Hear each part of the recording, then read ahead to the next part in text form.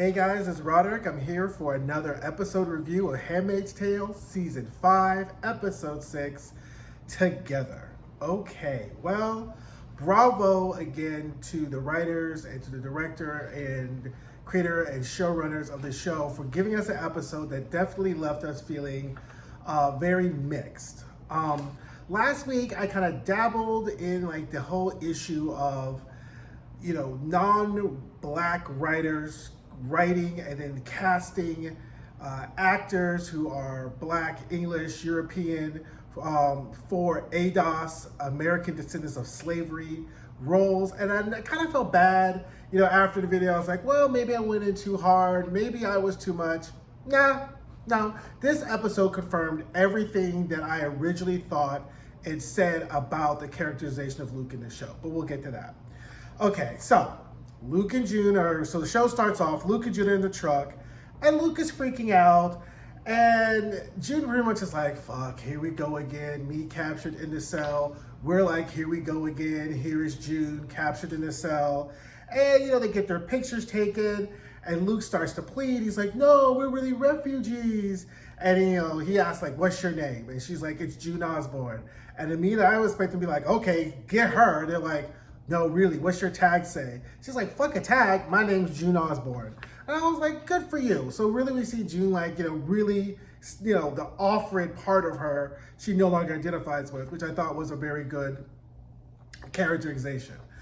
So then we get to Serena. Serena's coming down the steps, and I find it very interesting that typically, for most of this series, we've seen Serena in her teal, but they're really kind of showing Serena in situations where she's not wearing her teal, where she is wearing her teal. I don't know whether Mr. Wheeler can whip her up some teal maternity dresses, but I think that shows to signify Serena's kind of back and forth between the Gilead her and her regular her. That's just kind of like my opinion of it.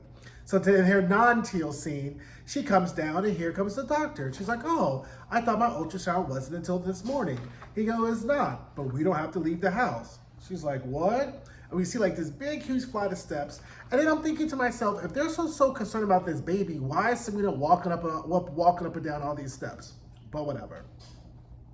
We go upstairs to this room, which we see get a shot of that has a big lock on the door from the inside and out. And they have a whole birthing suite set up.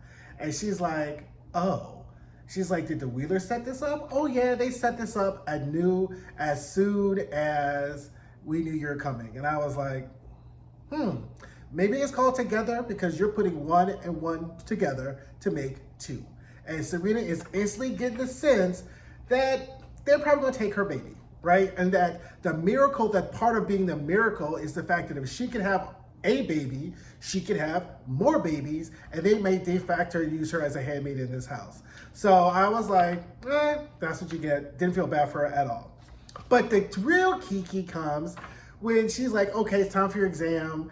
And he hands her the gown, and she's like, aren't you gonna leave? And he's like, no, and just kind of turns around.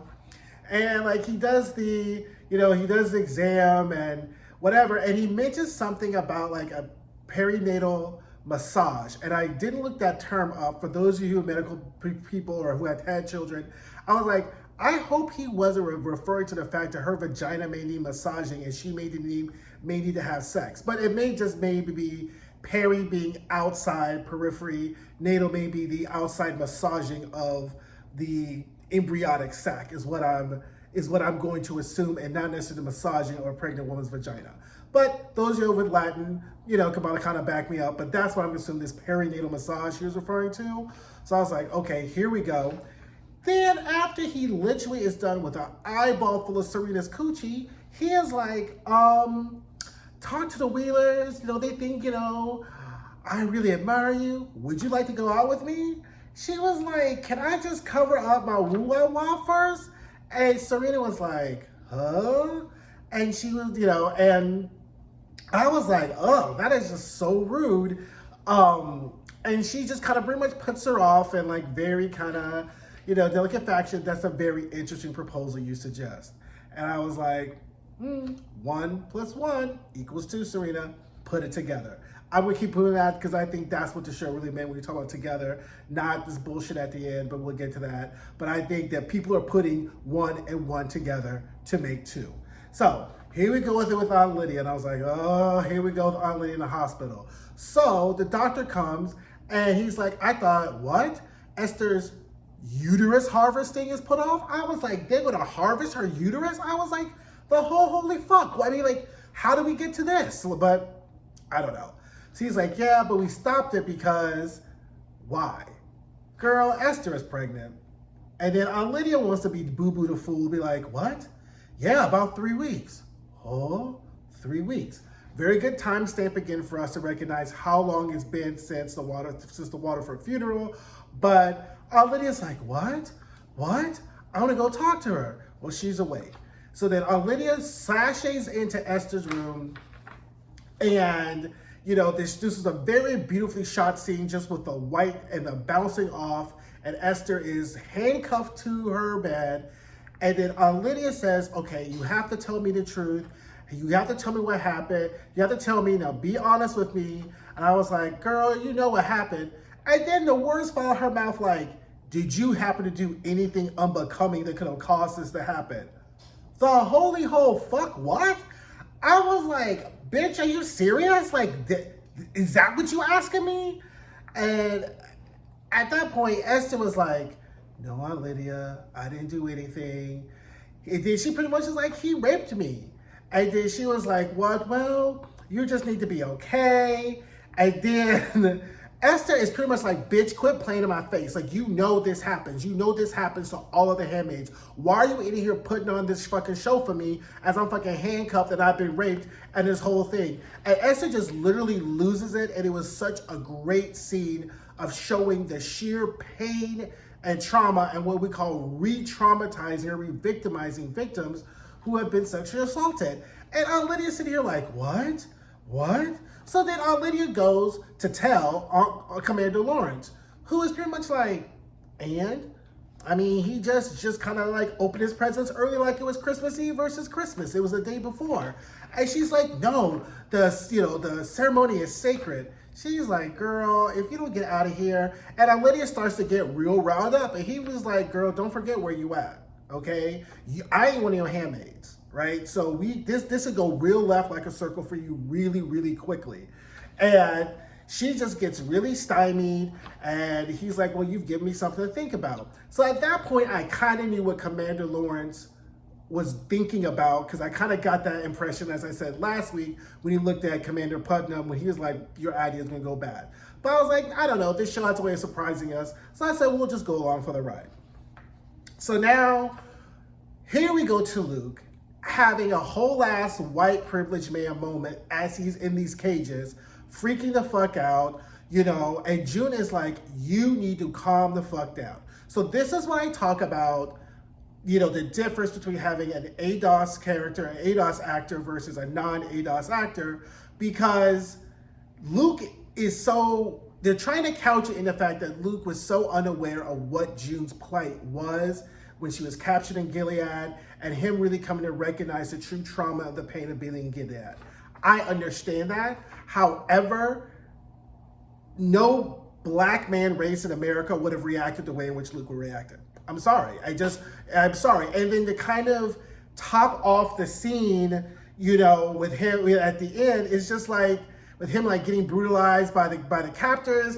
And again, not to say that people who are Black or biracial who appear in this world as Black do not suffer the same type of marginalization or discrimination that ADOS Black people, ADOS people in America experience, but it's different, right? And Luke's kind of characterization of him kind of coming to this realization of what June's trauma was really a whole set of unnecessary scenes, in my point, because either you didn't believe her when she told you, or your imagination is so fucking limited that when someone is kidnapped and forced to have a baby, you couldn't at least put the dots together of how traumatic the whole experience could have been. Like, did you really need a paint by numbers experience to get this? No. But again, that's what that is. Anyway, now we go to Serena and Mrs. Wheeler pruning flowers. So they're pruning flowers. And Serena, of course, is feeling some sort of way about this whole doctor experience. He's like, oh, I met with the doctor. And girl, he asked me out. She's like, yay, kind of like your girlfriends are when like the mediocre ugly guy asks you out and just trying to be supportive. Yay, good for you. Well, and Serena's like, girl, no, I'm not gonna fucking go out with my gynecologist. Miss Wheeler's like, you can't be no single mother up in this bitch. She was like, Serena's like, I'm not a single mother, I'm a widow. She was like, widow or not, you need to get you a man because that's just not what it's supposed to be. Serena, so then it's pretty much that battle of like who's gonna be the whitest woman in the most like haughty circumstances. So Serena does I'm gonna go for a walk. Miss Widow's like, where are you going? I'm gonna go for a walk. It's too cold out. Serena's like, bitch, I got a sweater. What the fuck you telling me for?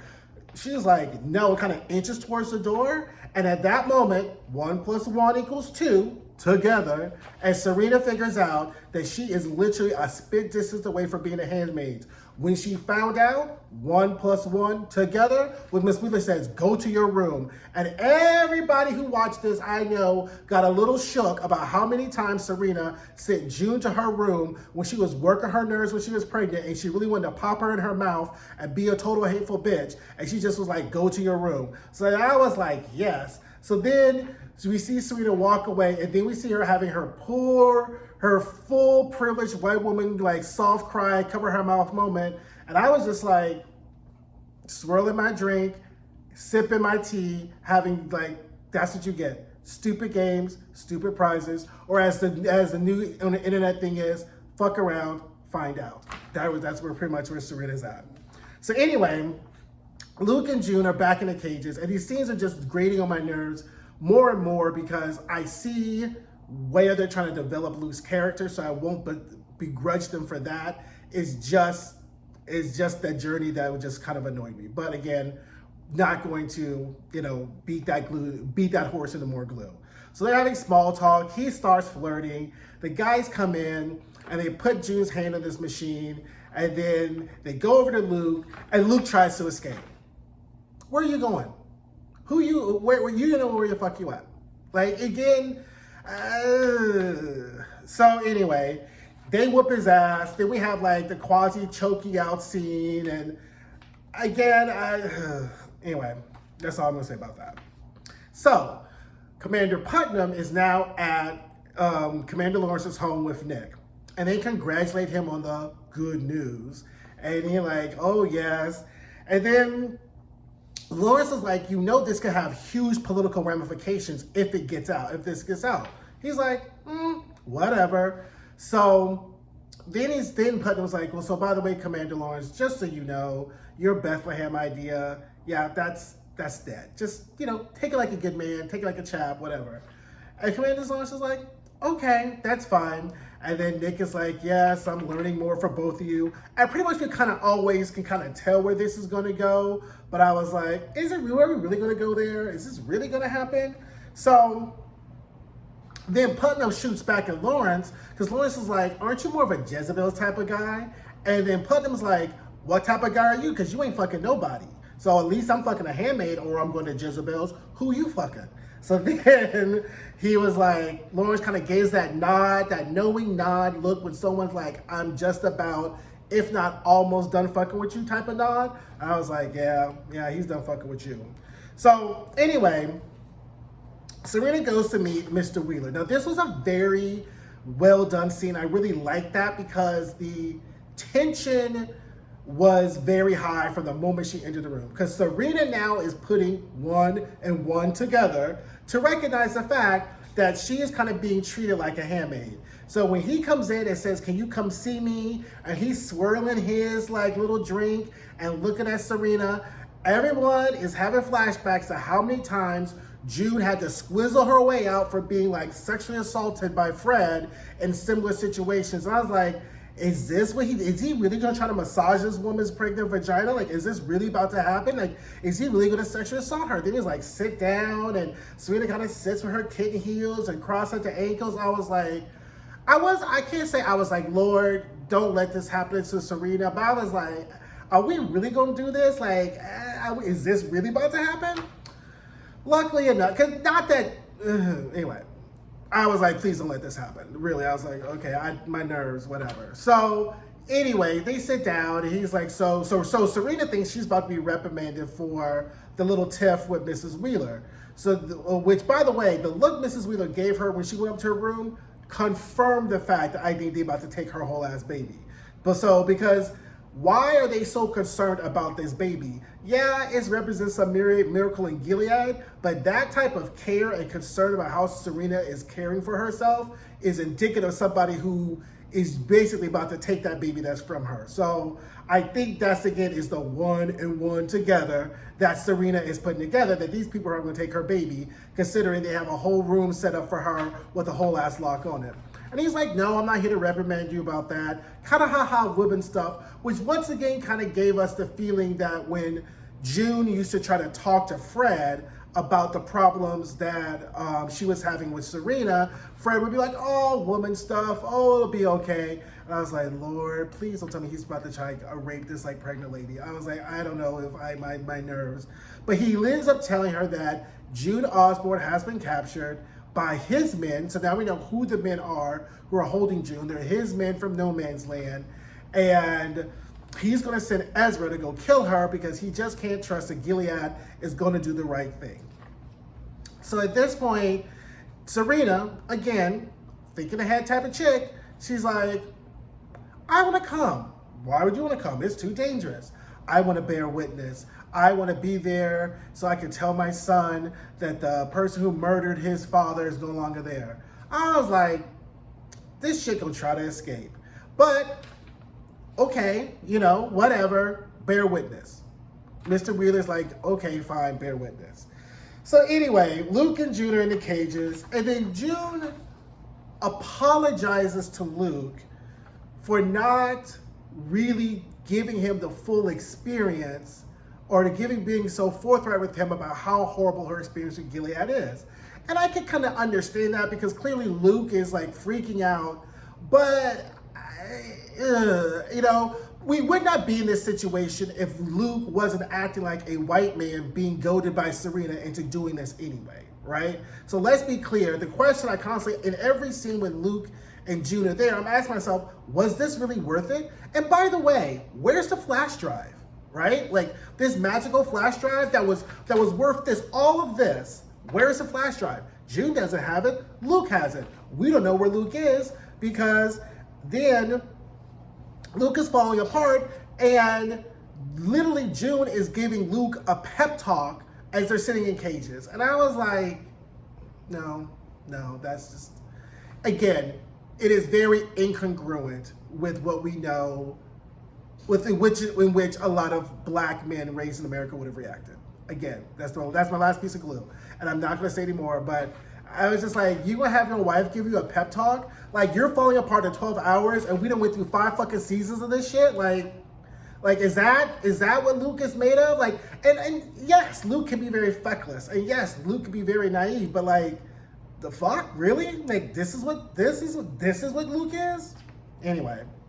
So again, Serena, no teal, goes to see June's murder. So Ezra puts in the car, and I was like, and then Mrs. Wheeler is just really beside herself as she's watching Serena, drive away. Another indication that Mrs. Wheeler they plan on taking June's baby.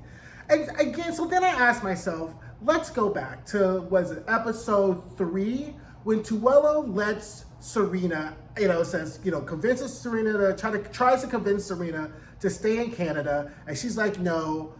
If you were a good spy, right? If you really had feelings about Serena, like you've been pretending like you have, why didn't you give Serena a secret cell phone, just in case? Kind of like the Game of Thrones, throw a candle up for me type of shit if you need me. Like, why was it Tuello on that? Why didn't you put a tracker on Serena if you were really that concerned about her? All these things are tradecraft that anybody who watched at least 2 James Bond movies would have figured out. Tuello has done none of this. So I'm just like, why did that happen, right? Like, if you're really trying to track Serena, if you really care about her, if you really think she's going to be in danger, give her a cell phone just in case you need me. You know what I'm saying? Put a tracker in her suitcase or something like that in case you know. Some kind of microphone, bug her clothes. You know what I'm saying? All these things that he could have done so that way he was apprised of what's going on with Serena. You could have done, but he did none of that. Bad spy, bad spy, bad spy. Okay, anyway. So now the Putnams are having breakfast at the Commander Country Club. And people are giving them like that whole ass, like really shady side eye. Like even the black lady was just like, So, you know, which means it must be really bad if the black Gilead people are just like trash. So anyway, Mrs. Putnam is like, why are they looking all at us? He's like, oh, because I'm sure of the good news about to tell you, which means that she does not even know that Esther's pregnant. Okay. So he's sitting there eating and then here come the eyes and they snatch him up. And I was like, so they snatch him up, they drag him outside, and Luke and Commander Lawrence are there. So the shot is, you know, Commander Putnam's on his feet. You see two sets of feet. You're like, okay, we know who those feet are. And so they've had a overnight high criminal court session and found Commander Putnam guilty of apostasy, sins of the flesh, which is a great new vocabulary word for you to look up. Apostasy, APOTASY. I always like new vocabulary words. And so they're like, you know, for taking, what was it called? What was the exact term? For having sex with unassigned property, right? And he was like, she was my handmaid. And then he's like, but I have a baby on the way. And they shoot him right dead in front of the country club. Mrs. Putnam screams. He's lying there. Another really great, the overhead shots in this episode was really great because you see him over the crest of Gilead with the blood. And I was like, wow, okay. Then we have a very interesting scene that I'm not really sure what the payoff is going to be. So we see Nick come back home. So we see this woman sitting on the couch. At first, I thought it was Esther. I was like, Lord, did I made Esther a wife as a payback? No, it's Nick's boring wife. So Nick's wife is doing needlepoint, and she has an attitude. He's like, what's wrong? Oh, I think you already know what's wrong. No, I don't know what's wrong. You know, and she's worried that all of this kind of extracurricular activity, you know, because Nick has really been skirting the line, if not crossing the line. You know, delivering Fred to June and, you know, really being like the Robin to Commander Lawrence's Batman. And remember, Nick's wife is the daughter of a really high commander. So she really believes in the ethos of Gilead and is worried that her husband is straying from the path. And he's like, no, I'm doing this so me and our baby can, you know, for you and our baby can have a safe place, and Gilead's a safe place. Reveal, she's pregnant. And so she's not really buying it. And she's like, are you sure that's why you're doing it? And he's like, okay. So I like this to see that, like, you know, if Luke is going to play on a dangerous side, right, it's far better for him to be Commander Lawrence's lackey than be the asset of a shitty spy like Twello, because he would have been dead fucking 4 episodes ago. So I see the benefit of like this kind of Luke trajectory, because clearly Twello has proven himself to be incompetent as a spy. So if Luke's going to do any fighting, he's going to try to do it subversively with Commander Lawrence, who really has a very different picture and trajectory of what Gilead should be as opposed to what it is now. So Ezra picks up the car, pulls June. So Ezra shows up to the van. We get this voiceover of June talking about you never really know you're about to die. Ezra comes on the van, snatches June out. June, you know, he takes June, pulls June out the car. June gets out the car. She looks to see Serena and was like, this bitch. And I was like, Serena was like, you said you wanted my baby to die inside of me? June's like, yeah, and I meant that shit. What else you got? What? So then Serena orders Ezra to cut her bindings and put her on knees so she can pray. And Serena's like, so then he does it. And so then we have a very interesting mix of one old term and a very new term for us. So Serena takes the gun. He goes, let me do it. And I'm like, here we go. The term is called Deus ex machina means God from the machine. Now, we get a very excellent use of subtext when when Serena points the gun and says, don't do it. Because I think June at this point recognizes that Serena is not going to kill her, she is going to kill Ezra. So that's again is our subtext, but Deus ex machina is when an unexpected or unlikely event is interjected into a scene or a part of a story to give us an unlikely ending, right? So June's captured, she's with Ezra, Serena shows up, Serena's holding a gun. Nobody watching the show really thought that was going to be the end of June's story, that June was going to get shot by Serena. Nobody watching that. I don't care what you said, no one believed that. And I think the people who wrote the show knows that we know that June wasn't going to die. There's a whole nother season, right? So we have to interject Serena deciding to, interject herself to shoot Ezra, who has a bulletproof vest on, and then to point June into the car and tell June to drive as a means of saving June's life, continuing her journey on, and Serena escaping what would be her soon-to-be handmaid's life with June.